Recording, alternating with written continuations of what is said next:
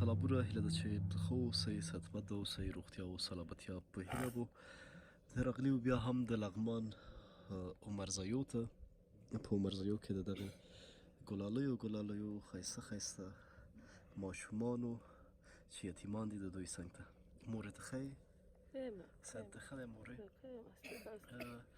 مشکلات دی اورو، ما خو وړاندې هم ویلي دوی دغه ماشومان چې دي دوی یتیمان دي او دا خورکۍ کونډه ده، دوی په دغه دښته کې اوسېږي.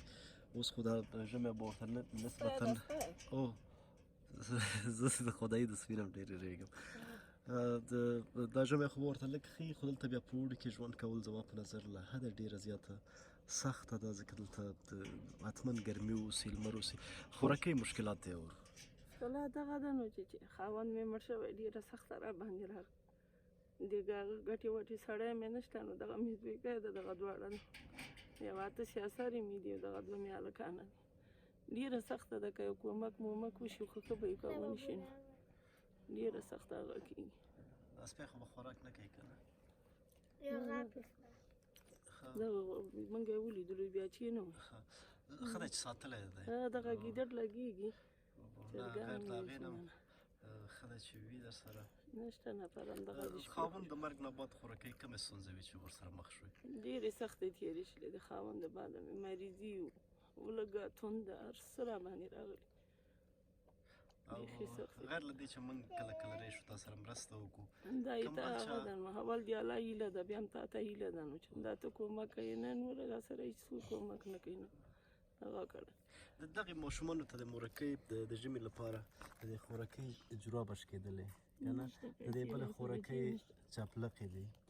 دغه چې ستا 2 زامن دي، یعنې دواړه به په تا ډېر نازولي، نامحتاط ښایسته ښایسته هم دي، یعنې د دې هم بوټان نشته، ولې خورکۍ سخته ده نو چې باندې به یې واخلم، هغه نس یې نسته یې شمه، بوټان به په چې واخلم هغه به ورته چې چې هغه هم نشته چې یو څوک هم دا ته چې یو کومک وکړي، هغه ګزاره په مخ هغه کوو نو پیسې وسه مې چې نه کېږي نو چې وخت راغلی څوک چا سره قرض هم نه کوي، یو هغه هم نه کوي.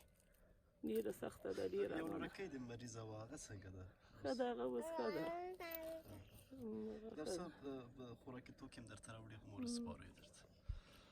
برگ de کشت برگ de کشت برگ de کشت. دغه مرسته د یاسر ورور ده چې مسکو نه هغې ده او د هغې ملګري دي د دې فامیل لپاره چې مختلف خوراکي توکي دي. مورکۍ په دې باندې یو څه وخت ګزاره وشي، هیله کوم چې موږ بیا وشو کولی په وخت اتری شو. دا د یاسر ورور مسله. دغه پیسې د جاوید کریمي 2000 کلدارې وې چې موږ افغانۍ کړې 3500 افغانۍ شوې، د 500 1500 2500 3500.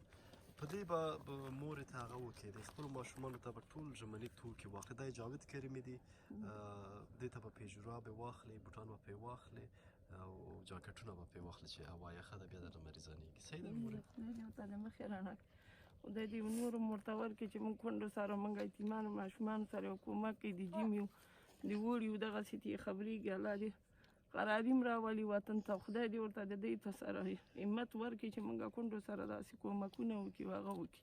د مخې دې ورته رڼا شي خدای دې ورته منګوله کړي د هر شي هغه نه هغه کړي الله دې ورته ثواب وکړي د موږ سره خوشحاله تاسو سره خوشحاله اوسئ خدای په امان وکړي